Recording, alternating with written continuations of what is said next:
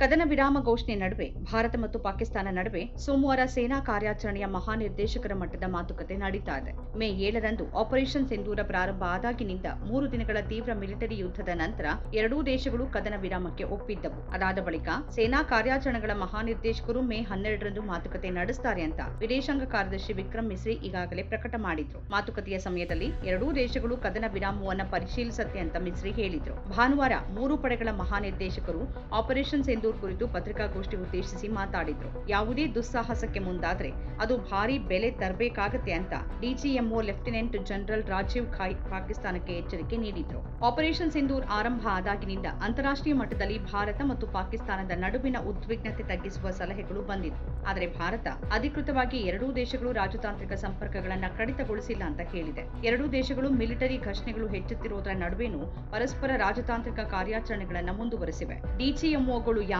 ಭಾರತ ಪಾಕಿಸ್ತಾನ ಕದನ ವಿರಾಮ ನಿರ್ಧಾರದಲ್ಲಿ ಅವರ ಪಾತ್ರ ಏನು? ಡಿಜಿಎಂಒಗಳು ಭಾರತೀಯ ಸೇನೆಯ ಹಿರಿಯ ಅಧಿಕಾರಿಗಳಾಗಿದ್ದಾರೆ. ಸಾಮಾನ್ಯವಾಗಿ ಲೆಫ್ಟಿನೆಂಟ್ ಜನರಲ್ ಹುದ್ದೆಯವರಾಗಿದ್ದು ಭಾರತದಲ್ಲಿ ಮತ್ತು ಅದರ ಗಡಿಗಳಲ್ಲಿ ನಡೆಯುವ ಎಲ್ಲ ಮಿಲಿಟರಿ ಕಾರ್ಯಾಚರಣೆಗಳ ಮೇಲ್ವಿಚಾರಣೆ ಮಾಡುವ ಜವಾಬ್ದಾರಿಯನ್ನ ಹೊಂದಿದ್ದಾರೆ. ಡಿಜಿಎಂಒ ಸಾಮಾನ್ಯವಾಗಿ ಮಿಲಿಟರಿ ಶ್ರೇಣಿಯೊಳಗಿನ ಕಾರ್ಯತಂತ್ರ ಮತ್ತು ಕಾರ್ಯಾಚರಣೆಯ ವಿವಿಧ ಹಂತಗಳಲ್ಲಿ ಕಾರ್ಯನಿರ್ವಹಿಸುತ್ತಾರೆ ಮತ್ತು ಸೇನಾ ಮುಖ್ಯಸ್ಥರು ಅಂದ್ರೆ ಸಿಒಎಎಸ್ಗೆ ವರದಿ ಮಾಡ್ತಾರೆ. ಭಾರತೀಯ ಸೇನೆಯ ಪ್ರಸ್ತುತ ಡಿಜಿಎಂಒ ಲೆಫ್ಟಿನೆಂಟ್ ಜನರಲ್ ರಾಜೀವ್ ಖಾಯ್ ಅವರು 2024ರ ಅಕ್ಟೋಬರ್ 25ರಂದು ಈ ಹುದ್ದೆಯನ್ನು ವಹಿಸಿಕೊಂಡಿದ್ದಾರೆ. ಏರ್ ಮಾರ್ಷಲ್ ಎಕೆ ಭಾರತಿ ವಾಯು ಕಾರ್ಯಾಚರಣೆಗಳ ಮಹಾನಿರ್ದೇಶಕರಾಗಿದ್ದರೆ ವೈಸ್ ಅಡ್ಮಿರಲ್ ಎನ್ ಪ್ರಮೋದ್ ನೌಕಾ ಕಾರ್ಯಾಚರಣೆಗಳ ಮಹಾನಿರ್ದೇಶಕರಾಗಿ ಸೇವೆ ಸಲ್ಲಿಸುತ್ತಿದ್ದಾರೆ. ಡಿಜಿಎಂಒ ಪಾತ್ರ ಏನು? ಭಾರತದ ರಕ್ಷಣಾ ಕಾರ್ಯತಂತ್ರದಲ್ಲಿ ಡಿಜಿಎಂಒ ಹುದ್ದೆ ಮಹತ್ವದ್ದಾಗಿದೆ. ವಿಶೇಷವಾಗಿ ತೀವ್ರ ಉದ್ವಿಗ್ನತೆಯ ಹೊತ್ತಿನಲ್ಲಿ ಇವರ ಪಾತ್ರ ಪ್ರಮುಖ ಆಗಿರುತ್ತೆ.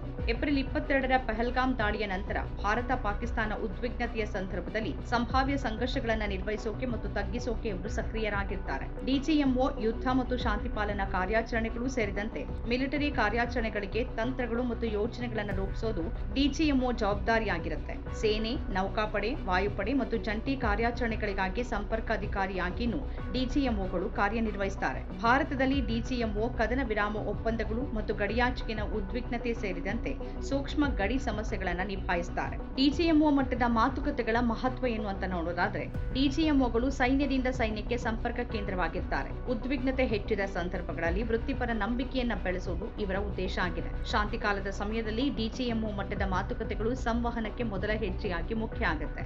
ಉದ್ವಿಗ್ನತೆ ಹೆಚ್ಚಾದ ಸಂದರ್ಭಗಳಲ್ಲಿ ಉದ್ವಿಗ್ನತೆ ತಡೆಯೋಕೆ, ಉದ್ದೇಶಗಳನ್ನು ಸ್ಪಷ್ಟಪಡಿಸೋಕೆ ಅಥವಾ ಎರಡೂ ದೇಶಗಳ ತಕ್ಷಣದ ಕಾಳಜಿಗಳನ್ನು ಪರಿಹರಿಸೋಕೆ ಡಿಜಿಎಂಒಗಳು ಸಂವಹನವನ್ನ ಆರಂಭಿಸುತ್ತಾರೆ.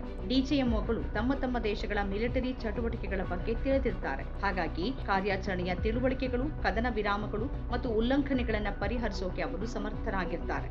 ಭಾರತ ಪಾಕಿಸ್ತಾನ ಉದ್ವಿಗ್ನತೆಯ ಸಂದರ್ಭದಲ್ಲಿ ಡಿಜಿಎಂಒಗಳು ಸಾಮಾನ್ಯವಾಗಿ ಗಡಿಗಳಲ್ಲಿನ ಉದ್ವಿಗ್ನತೆ ನಿರ್ವಹಿಸೋಕೆ ಹಾಟ್ಲೈನ್ಗಳು ಅಥವಾ ನಿಯಮಿತ ಮಾತುಕತೆಗಳಂತಹ ಮೊದಲೇ ಅಸ್ತಿತ್ವದಲ್ಲಿರುವ ಕಾರ್ಯವಿಧಾನವನ್ನು ಅನುಸರಿಸುತ್ತಾರೆ. ಸಾಮಾನ್ಯವಾಗಿ ಪಡೆಗಳ ಚಲನೆಗಳು, ಫಿರಂಗಿ ಗುಂಡಿನ ದಾಳಿ ಸೇರಿದಂತೆ ತಾಂತ್ರಿಕ ಸಮಸ್ಯೆಗಳನ್ನು ಅವರು ಪರಿಹರಿಸುತ್ತಾರೆ. ಡಿಜಿಎಂಒಗಳು ಸೇನಾ ಮುಖ್ಯಸ್ಥರಿಗೆ ವರದಿ ಮಾಡ್ತಾರೆ ಮತ್ತು ಉನ್ನತ ಸರ್ಕಾರಿ ನಾಯಕತ್ವದೊಂದಿಗೆ ಸಂಪರ್ಕದಲ್ಲಿರ್ತಾರೆ. ಅವರು ನಿರ್ಧಾರಗಳನ್ನು ತ್ವರಿತವಾಗಿ ತೆಗೆದುಕೊಳ್ಳುವ ಸಾಮರ್ಥ್ಯವನ್ನು ಹೊಂದಿರ್ತಾರೆ.